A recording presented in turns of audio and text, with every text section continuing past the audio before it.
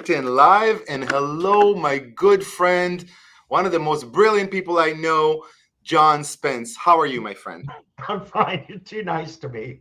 I I'm am doing not. great. Good to see You you too. deserve it. You deserve it. So, guys, I want to tell you, I've known John for 10 years. I don't know if you remember where we met, but I'm going to give a great shout out to the great friend of both of us, Fred Diamond. We met on the stage for the Institute of Excellence in Sales, and you blew me away. You're kind. I'm a speaker, okay, not as good as you, but I'm a speaker, and I am so critical when I hear other people speak, okay? And when I heard you speak, I was amazed, okay? But then I said, okay, I've heard other speakers like that. Maybe he's a one-trick pony. Maybe he just has one good speaking, which I've seen a couple of guys that do that. One really good set. You, my friend, are a wisdom keeper and sharer, which I think I am the same way, but I learn from you. I love seeing what you do online. I know your amazing wife, your incredible team. I've seen you do so much. I've read your books, man. Everybody that's on right now, this is a true treat. I learn from you every day. John Spence, can you take a couple of minutes and tell us who you are and what you do? Oh wow, we'll do that short. Um, I was born to. uh, I became CEO of one of the rock after failing out of college. I graduated number 4 in the country in my major. Became the CEO of a Rockefeller Foundation when I was 26. Had offices in 20 countries around the world. Did that for a few years, then went independent. Now for over 30 years, I've been a professional speaker, executive coach. I do a lot of training workshops. I've traveled all over the world, so it's been a lot of fun. And I'm having more fun now in my career than I've ever had. I'm learning more. I turned 60 this year, and it's like it gets more fun and more fun every day. So commenting my now is who you know, who's my wife.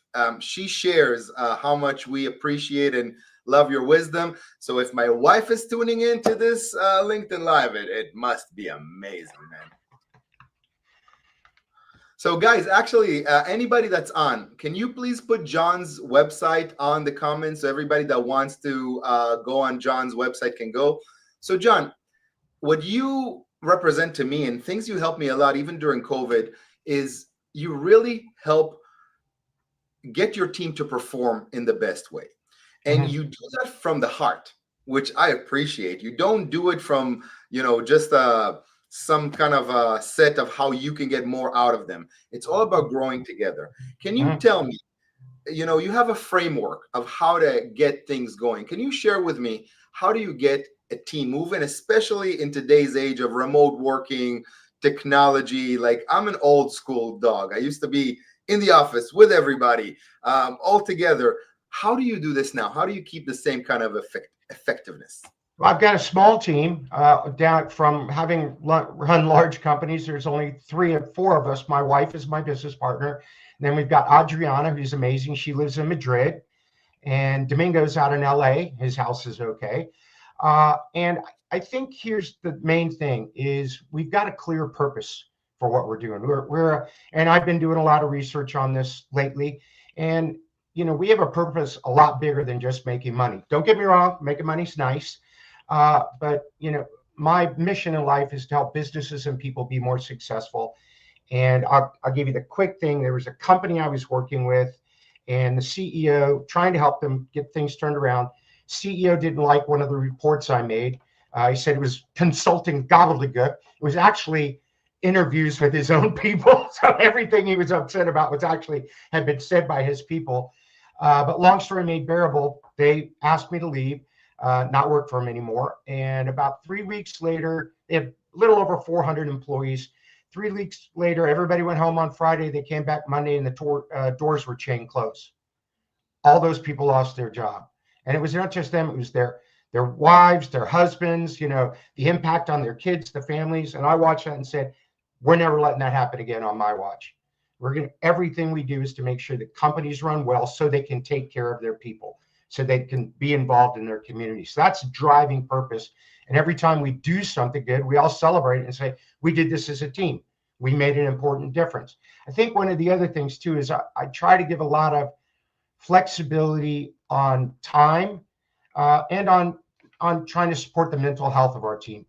make sure everybody has time to rest, and if they feel stressed or something, to be there to support them and say, and we use the word in our company, hey, I love you a lot. And if you need a little time off or something, please take it, because I want you to come back fresh, strong, ready to go. Give it 110%. That is awesome. So let me share with you a couple of things that I've learned, and it took me a while. So I believe a goal of a company is to create the foundation and structure for people, the right people, to stay for the longest term. Okay. And if you do that, people stay. Now, not everybody's going to stay. And then that brings me to another thing. People don't do things to you. They do things for themselves. And this is actually something I just, kind of really put in myself. So you need to create an amazing environment for the right people to be able to stay with you and support themselves and grow together. But you also got to understand that whoever leaves you is not doing it to you. They're just doing that to themselves. Okay. So I've struggled along the years with people that I gave a lot to, and then I felt betrayed. And only recently I've come to the understanding that, hey, they're just doing what they think is best. And I should, love them for that and give them all the tools to succeed. But how do you create that environment? I know you have. I've known Adriana and Domingo. They're the same people that worked for you 10 years ago. I don't know if 10, but I've known them for a long time. I know a lot of my people, are there for a long time, but I want to build a team for the future. I want to build a team that we can help each other grow for 20 years. Can you give me a little bit of how to do that? How to support them, how to love them? Well, there's two sides of this. In a smaller company like mine and maybe yours, and I owned a large, an advertising firm before this and a couple other companies. I expect my best people to leave about every 5 years because they will have hit the ceiling. There's no place to go. There's only 2 layers of management, them and us, me and my wife. That's it. So in my advertising firm and in other companies I've worked with, if you've got a smaller group and you hire really good people, you should hope that about after 5 years or so, 6 years, they move someplace where they can go to a higher level. They can exceed at a higher level. Now, some will stay with you. And I've had, people that work with me for, decades. I've got clients for decades. But I think if you want to do long-term is, again, a clear, important purpose, a compelling vision, and then a career path, constant growth, always invest in them, help them, and showing them how their input, their assistance is making the organization better. And when the organization's better, they're better. So I think it's about career growth and a long-term vision of what would it be like? What would we be doing here that would be really cool 10 years from today? And am I excited to stay and see that through? I love that. What do you feel about deeply getting to know the people that work for you on a personal level? How do you feel about that? I want to know them very, very well, but I'm not their best friend or their therapist. I mean, I don't like using the word family for business, unless it is a family business. But, we do this every time we get off the phone, little hearts and stuff, and we check in on each other. So we are friends.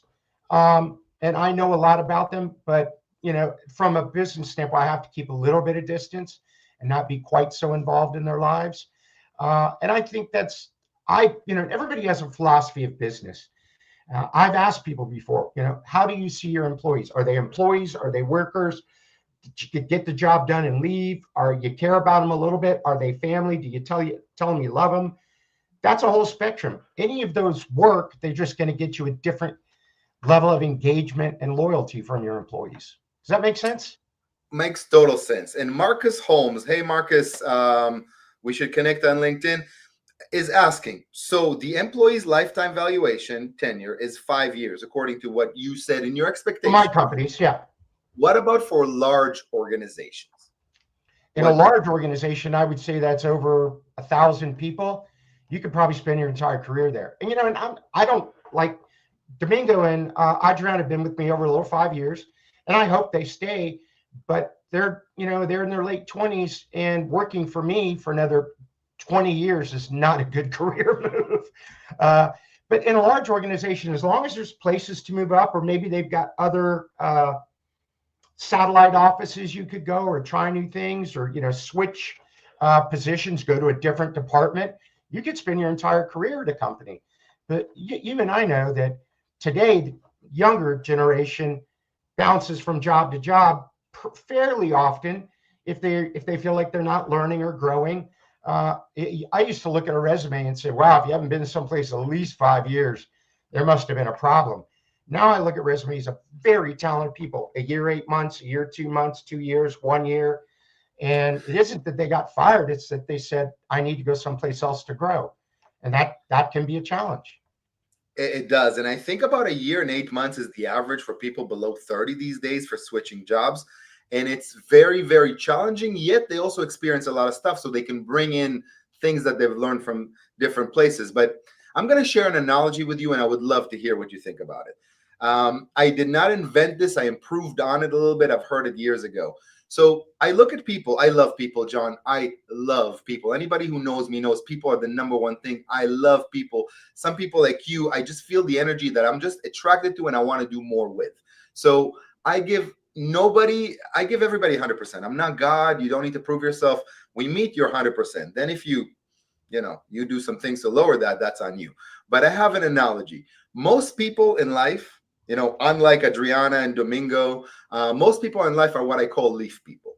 Okay, they're pretty, and they smell nice, and they look nice, and they seem like they really are on your path and want to help you, but they're seasonal. It's not about you, it's not about them. They're just seasonal. Wind will come and they will blow. Okay, winter will come and they will fly out. So they are seasonal people. And you got to understand that. And it took me a long time because I used to take it against what mistake did I do? So there are leaf people. Then there are branch people. Branch people are people that you need to allow to grow with you before you really put some load on them. Because if you put the load on them too close, they're going to break. But if you actually tend to that relationship, if you put love in it, that branch will grow strong and actually help you do a lot of things. And I love branch people. And then there's the people that I call the trunk people. Okay.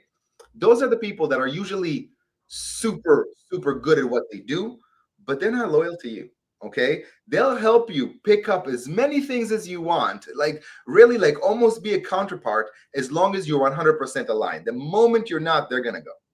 Okay. So it's very hard because you rely on these people, but they're not there for you. They're there for themselves. So you got to understand that. And then there's the rarest kind of people, like my wife, Monica, which is a root person, is a person that really enjoys giving you oxygen and resources and supporting you. They don't need to be in the sun all the time. They don't need to shine all the time. They actually get their growth by supporting the organization, by seeing the growth.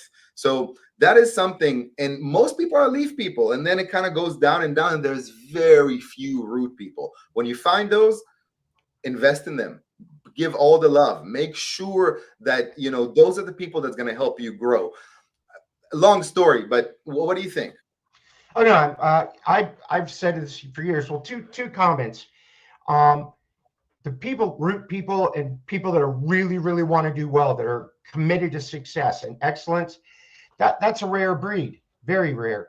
And I know a lot of statistics, but roughly about 70% of the general working population don't really care about the company they work for. It's just a paycheck. They're worker bees, which is fine. Every company needs those, but thinking that everyone in your company is going to be as dedicated as you, probably not going to happen. So I'm a big fan of that, and of what you were just saying, in investing in those people. I did a TED Talk years ago on the most important thing I've ever learned, and it was, you become what you focus on and like the people you surround yourself with. That works in life and it works in a business. If you're focused on a clear vision, a clear purpose, a mission, and you surround yourself with great people, you're on the right path. The success of your business is 100% dependent on the quality of the people that you can get, grow, and keep on your team, period. Nothing happens without people, and you want to get the best people you possibly can. And there's a huge difference between, a company to me and a self-employed person, even if you hire 50 people. The difference to me is if, a spaceship will come and, suck John Spence out, is John Spence still a company, or is just, you know what I mean? If somebody will take me out of the picture, how long will my company survive? How long can, and if you have the right people, that is the only way to do that. Does that make Yeah, sense? yeah, yeah. You guys, I'm a little different, and it's a challenge because I am the product. And if I got hit by the proverbial bus, I don't know where that bus driver is swinging around hitting key people, but if I got hit by a bus, our business would completely stop, which is a dangerous place to be. And I know that, and that's why you have passive income and other things going on. And it's hard to scale. But for someone like you, that you're doing multiple things, you got lots of smart people working for you, you've got lots of different clients. They will carry on. That's why you have succession planning. They will carry on and keep the business running. So this is a great thing. AI. Okay. So now, John, we're actually entering a place of technology where you can actually, to a certain degree, duplicate yourself. Have you considered creating, more of John Spence, your wisdom, but in a way that technology will help you share that with the world? Yeah, this is I was just at a big conference where they asked me to talk about how business and AI are intertwined. AI has completely changed my work, completely. Analysis that I'm working on some new frameworks for leadership and business and things like that. Data analysis that used to take me a day, 2 days, 3 full days, I can now do in an hour. I mean, it's amazing the amount of information I can get. Now, that doesn't replace me. That's an assistant to me. And here's the key thing, and we were talking about this at the conference, is everyone's like, oh, it's going to take my job.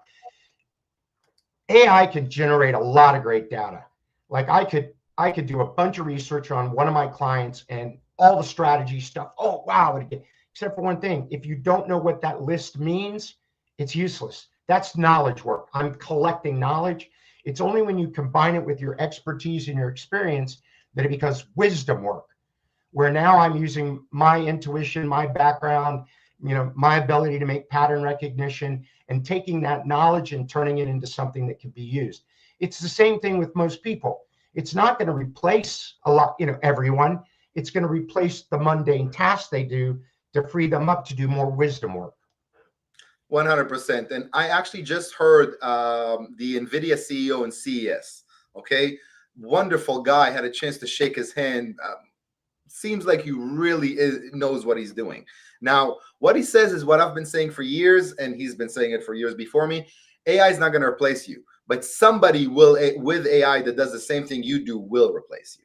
So AI is not coming to replace you, but if you don't really pivot, you're going to suffer and you're going to disappear because everybody's going to use it. AI is a revolution, and how we're using AI right now, John, is in the diapers. Okay, it's like it's not even crawling. I can tell you things that we're able to do and test with AI that will blow your mind. Some of them are even scary. Okay, but AI is going to become. Everybody's working with LLMs right now. You're familiar with LLMs, right? Large language models. Large language models. Large language models, ladies and gentlemen, do everything average. Okay, and they rely on a set of data that is mostly wrong. When you do that, you're asking yourself to fail. Okay, so there are again, we're just crawling and getting into it, but we deal with CNN, convolutional neural networks, that you just close a certain data and basically educate the AI to do a certain task in the best way possible. Visual things like, guys, driving is going to be basically done mostly by AI. There are fast food restaurants that operate 100% AI based. They are agentic AI, which is agents that go and do things for you. For instance, I love to invest in cryptocurrency, okay, but I don't have time. But I know the rules and I know what I want to do. I have an agent, an AI agent that follows my rules and does it for me. We're talking about duplication, okay? I can't do enough things that I want with the time I have. So whatever I can in the most honest way, I duplicate in AI. It's still me. It's still exactly what I would say, but I just trained an AI to think as I would. Does that make sense? Yeah, I've created agents that do research for me. and do workbooks for me. I don't need to eloquently write a workbook. It's just information and places for people to write it. I'm doing 3 speeches next week on some of the new frameworks on excellent business excellence leadership. And I would normally spend 2 or 3 days trying to lay that workshops out and think it through. I did all of it in a couple of hours. And it's the kind of, it looks like I wrote it, but I didn't have to spend all the time to think through every single workshop. I just said, give me 5 options. Even I go, option number 3, put that in the workbook.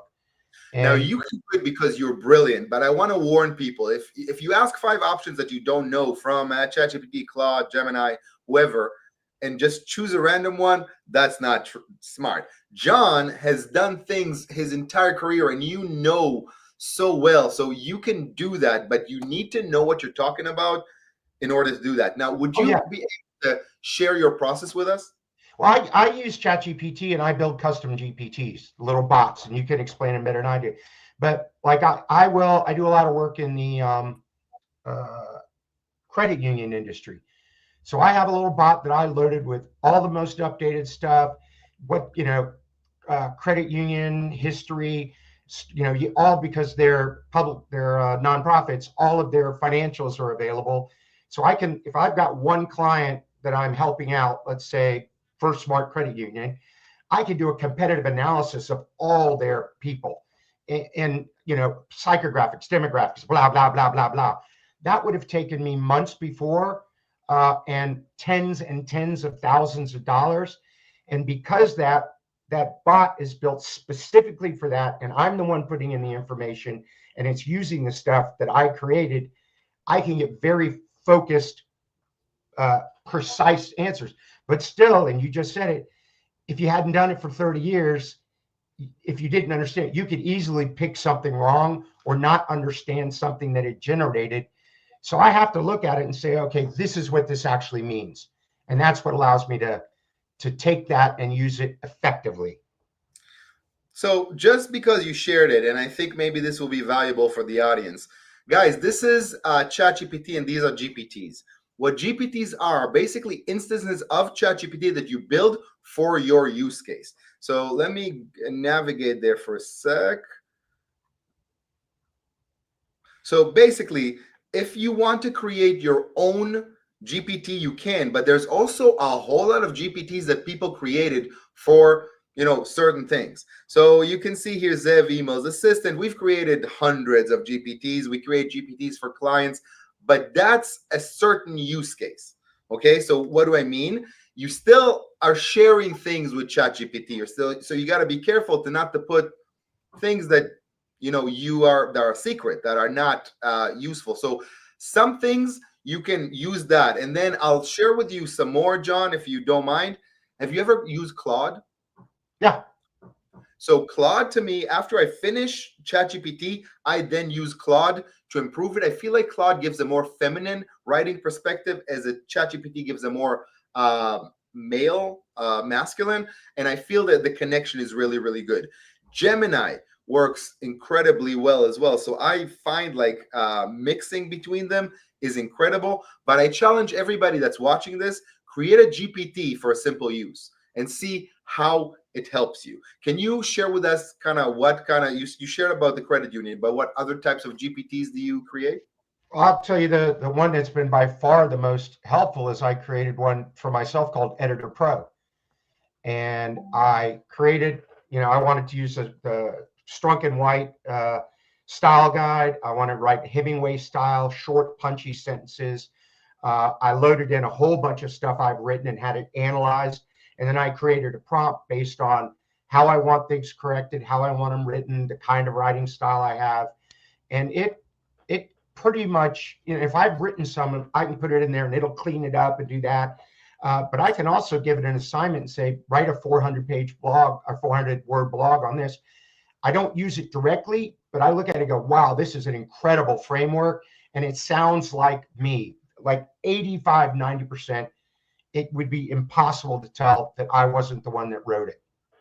So I'm sharing here. So guys, basically you see, you name it, you give it a designation, you give it instructions, you connect it to things, you speak to it, you educate it. The more you give to it, the more you receive back.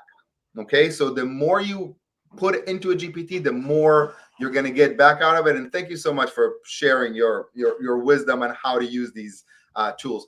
Now, John, we talked a little bit before we came out live, and I know you have a new framework. Do you mind? I'm going to shut up a little bit and really hear you. Do you mind sharing with us this amazing new framework that you've just developed? Cool. I've been teaching business excellence or organizational excellence for 25 years, and I created a little formula that was the basis of everything I taught. Super easy. Talent plus culture plus extreme customer focus multiplied by disciplined execution equals business success. Actually, business excellence. I was teaching it at Apple, and one of the guys goes, you know, if you write that in the formula, it's T plus C plus DE equals BS. I went, okay, we're going to change it to business excellence then. But the new one has, I believe it's 5 pillars. I'm still trying to remember it. But as I looked at this, and this was based on a massive amount of research through GPT and all the stuff I've written for decades, it is purpose-driven leadership, people-first culture, customer-centric strategy, focused innovation, and operational simplicity. The leader of the organization has to have a vivid, compelling, exciting vision and purpose. And we talked about it at the beginning, that gets people engaged. They want to be there. They give 100%. You and I also talked about that. Everything runs off your people first culture. I'm a big believer. Hire great people, take great care of them. They take great care of your customers. You make plenty of money. The next one is customer-centric strategy. I've got a phrase I use for this all the time. Whoever owns the voice of the customer owns the marketplace. And if there's any place you want to use AI, you can gather. I mean, there's a gold mine of information that most companies are sitting on or have access to through AI to deeply understand their customer. The next one's focused innovation, which is figure out your core competencies. What are the 2, 3, 4 things you're truly world-class on? And then focus on those core competencies ruthlessly, but innovate there. You know, improve, iterate, be agile, be adaptable. And the focus part is so it's not shiny red ball squirrel on pivot. It's figure this out, but be highly innovative. And the last one is operational simplicity, which is get rid of all the red tape, get rid of all the friction, get everything off the deck so you can effectively execute the first 5 that I just talked about. Love it. Truly brilliant. So let's take that into AI. Okay. So let's take how these rules affect how companies this year is going to take more, jump into AI to really make sure they do what they need. So love everything. So first of all, when I hire people now, I want them to like AI. When I bring new talent into my company, I want them to like AI, to play with it. Don't need to be experts, but they need to love it. They need to want to use it.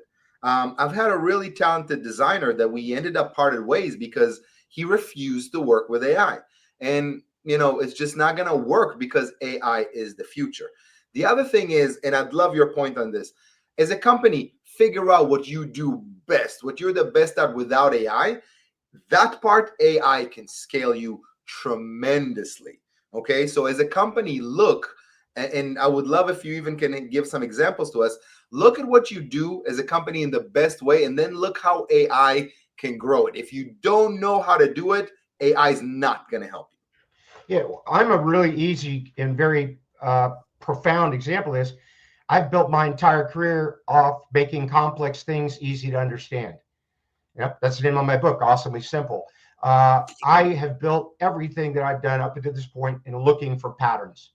If I work with 400 companies, what are the 2 or 3 things that all of them seem to do well, which is what that framework we just did is, or what do they all do that all the ones I work with that have failed, what did they do? So my goal of taking complex things, looking for patterns and making them simple to understand is exactly what AI does. I mean, it is incredible how much it's helping me. And I think there's other companies have the same thing. It was easy for me to apply AI for that. And we apply it for a lot of other stuff. And so do my clients. But I'm confident that any company could use it in one on operational simplicity, operational efficiency. It's got to, you can't not use it.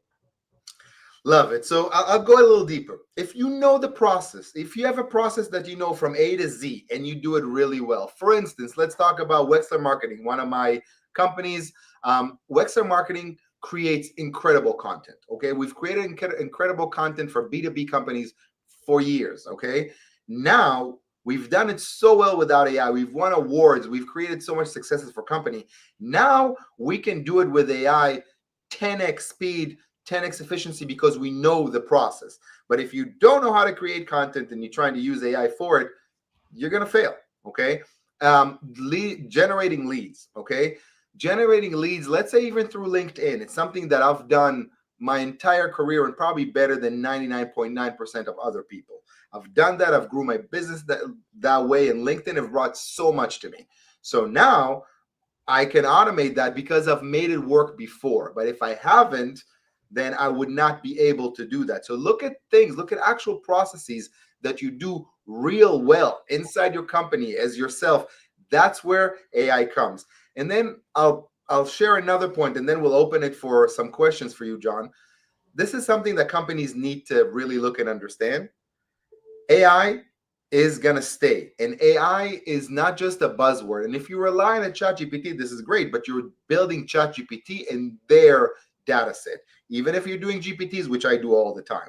If you want to build your own data set, if you want to build your own AI, if you put it inside your company, inside your tech stack, inside your SDK, you're raising your valuation in amazing ways. So I've done amazing business with companies that invested a whole lot of money, but immediately after that's done, it shows in their valuation, in a great way.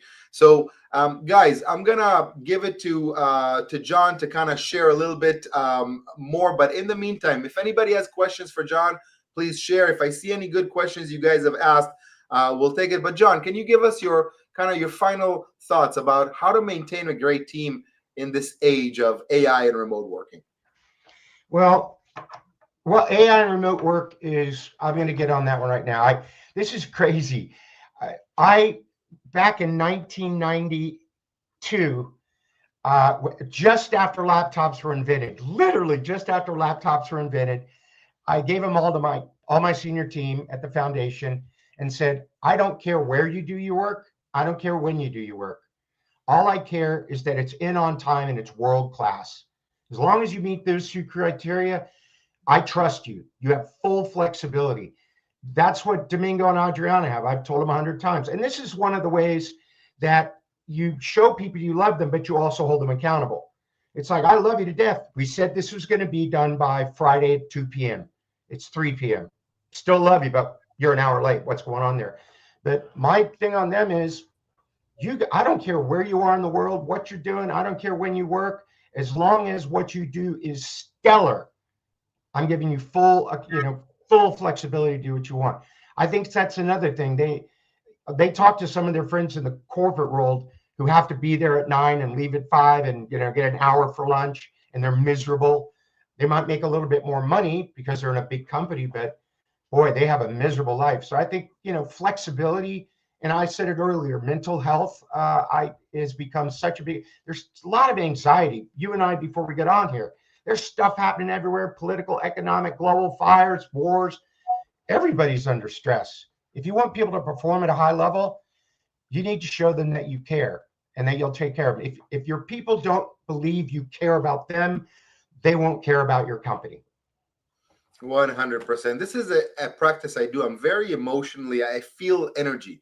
Anytime I feel something off in one of my team members, I'll pick up the phone and I'll call them and I say, hey, is something going on? Is it about this? Is it about work? Do you want to share? If they don't have to, but I want them to know that I know something's going on.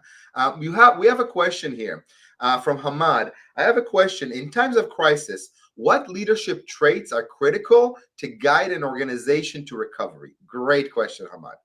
So I just did a speech on this for the Kennedy Space Center and on resilience. And I said that resilient companies are built off resilient people. And resilience is a skill you can learn and improve. So in times of uncertainty, I think it's when your leader is highly resilient, they can move well through change. They've got that clear vision. They can help keep things in perspective. They can remind you of your wins and what you do well. They can show you how you as an organization have weathered storms before and you will again.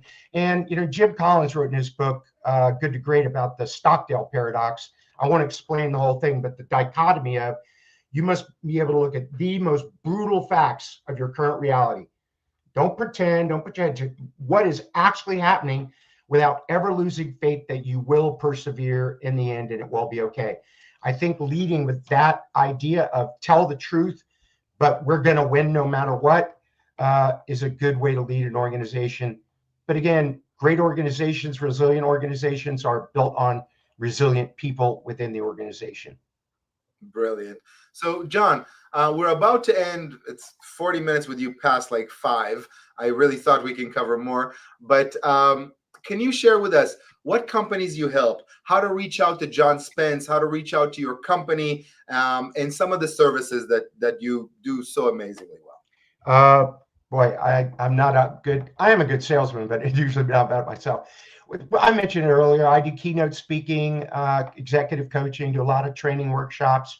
We focus in just the things I said: leadership, culture, strategy, high performance teams. My website, really difficult to find, johnspence.com. I have it here somewhere in the comments. And my email is john@johnspence.com. So if anybody has a question, I'm not saying you're busy, but if anybody following has a question, they just want to shoot it to me, I answer all my own email. And if it's important or urgent, write that in all caps and I'll stop what I'm doing and try to get an answer for you.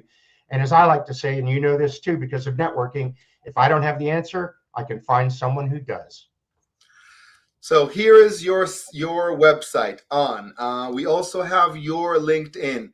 Ladies and gentlemen, if you have a chance to listen or to book John for a keynote speech, you would do the best thing for your company, for your team. And I'm not saying this lightly. You are one of my favorite speakers. Rah, straight, so much education. Every time I hear you speak, which I think happened 3 times in my life, was amazing. And I don't say it lightly. Everybody follow John.